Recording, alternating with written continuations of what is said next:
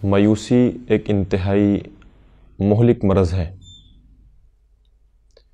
جس شخص کے اندر یہ موذی اور مہلک مرض پیدا ہو جاتا ہے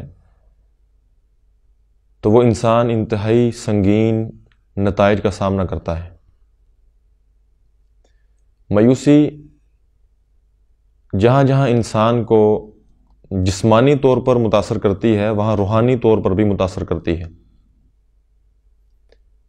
جسمانی نقصانات مثلا انسان پریشانی کا شکار ہوتا ہے، دماغی کمزوری کا شکار ہوتا ہے، اور روزمرہ کے معاملات پر اس کے گہرے اثرات مرتب ہوتے ہیں۔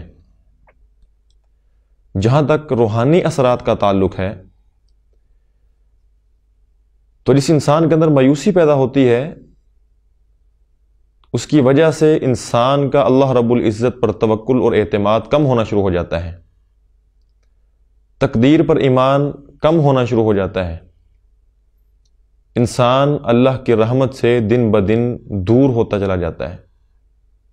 اس لیے شریعت اسلامیہ نے مایوسی کو کفر گردانا ہے، بہت سنگین گناہ شمار کیا ہے، اور انبیاء کی بھی تعلیم یہی رہی ہے کہ اللہ رب العزت کی رحمت سے کبھی مایوس نہیں ہونا چاہیے۔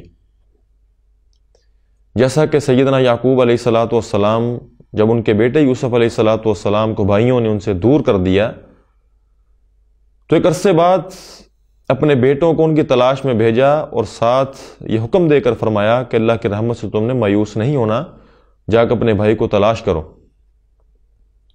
تو مایوسیوں کے چند ایک اسباب ہیں جن اسباب کی بدولت انسان کے اندر یہ مرض پیدا ہوتا ہے۔ سب سے پہلا سبب جو مایوسی کا ہے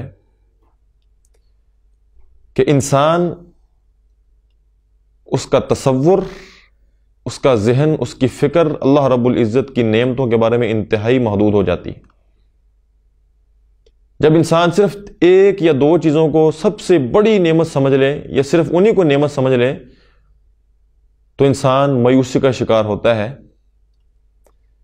کہ جب وہ نعمت اس سے چھن جاتی ہے، اس کے علاوہ جو چیزیں جو نعمتیں ہوتی ہیں اس کے بارے میں اس کا ذہن نہیں ہوتا، اس کا تصور نہیں ہوتا، وہ ان کو نعمتیں شمار نہیں کرتا، تو لہٰذا بجائے اپنے آپ کو سہارا دینے کے وہ ان چند ایک نعمتوں کے کھو جانے کی وجہ سے مایوس ہو جاتا ہے۔ مثلا آج جس چیز کو نعمت سمجھا جاتا ہے، پیسہ نعمت ہے لیکن صرف اسی کو نعمت سمجھ لیا گیا ہے، باقی تمام نعمتیں انسان کی نظروں سے اوجھل ہو چکی ہیں۔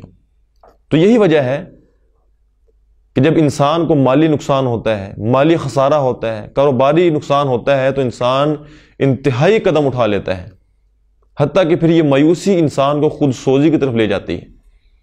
تو اللہ رب العزت کی نعمتوں کے بارے میں جب تصور وسیع ہوگا تو ایک نعمت ختم ہو جائے گی لیکن ذہن میں اس کے متبادل 10 نعمتیں اور آ جائیں گی، انسان کو تسلی ہو جائے گی۔ تو اپنے تصور کو وسیع کرنے کی ضرورت ہے۔ دوسرا سبب کہ انسان ہمیشہ لالچی نگاہ سے اپنے والے اوپر والے انسان کی طرف دیکھتا ہے کہ میں وہ کیوں نہیں، نیچے والے کی طرف نہیں دیکھتا۔ جو لوگ بھوکے ہیں، جن کے پاس وسائل کی کمی ہے، جو لوگ ندار ہیں، مفلس ہیں، ان کی طرف نہیں دیکھتا۔ حالانکہ رسول اللہ صلی اللہ علیہ وسلم کا واضح فرمان ہے کہ انظروا الی من هو اسفل منکم ولا تنظروا الی من هو فوقکم فهو اجدر الا تزدروا نعمت اللہ علیکم، کہ جو تم سے نیچے ہیں ان کی طرف دیکھا کرو۔ جب انسان اپنے سے بڑے کو دیکھتا ہے، اپنے سے امیر کو دیکھتا ہے، اپنے سے لاڈلے کو دیکھتا ہے، اس کی ایک کوشش ہوتی ہے کہ میں راتوں رات اس جیسا بن جاؤں۔ جب وہ نہیں بن پاتا تو مایوس ہو جاتا ہے کہ اس کے پاس سب کچھ ہے، میرے پاس سب کچھ کیوں نہیں ہے۔ حالانکہ یہ چیز اگر وہ نیچے والے کی طرف دیکھے کہ بیچارہ بھوکا سوتا ہے، اس کے پاس وسائل کی کمی ہے، تو انشاءاللہ اس کو بہت سہارا مل جاتا ہے۔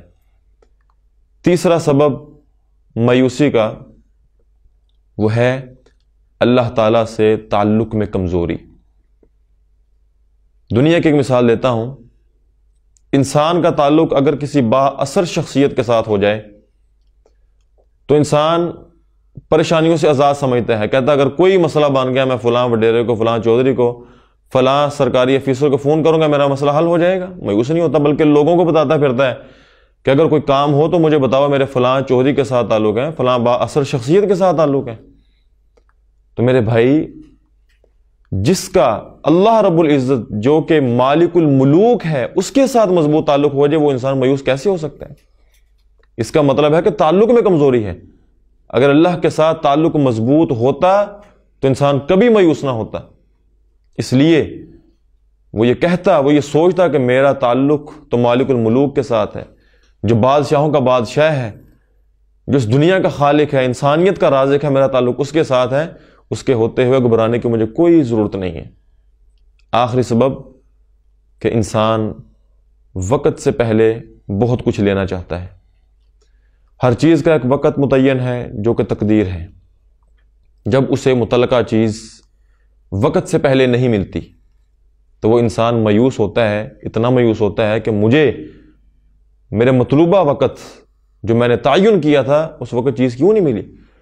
حالانکہ ہر چیز کے آنے جانے کا ایک وقت ہے۔ اگر اس کے ذہن میں یہ بات ہوتی کہ وقت سے پہلے نہیں، مقدر سے زیادہ نہیں، تو انسان کبھی مایوس نہ ہوتا۔ اللہ رب العزت ہمیں مایوسیوں سے کوسوں دور رکھے اور امید اور یقین کی دولت ہمیں عطا فرمائے۔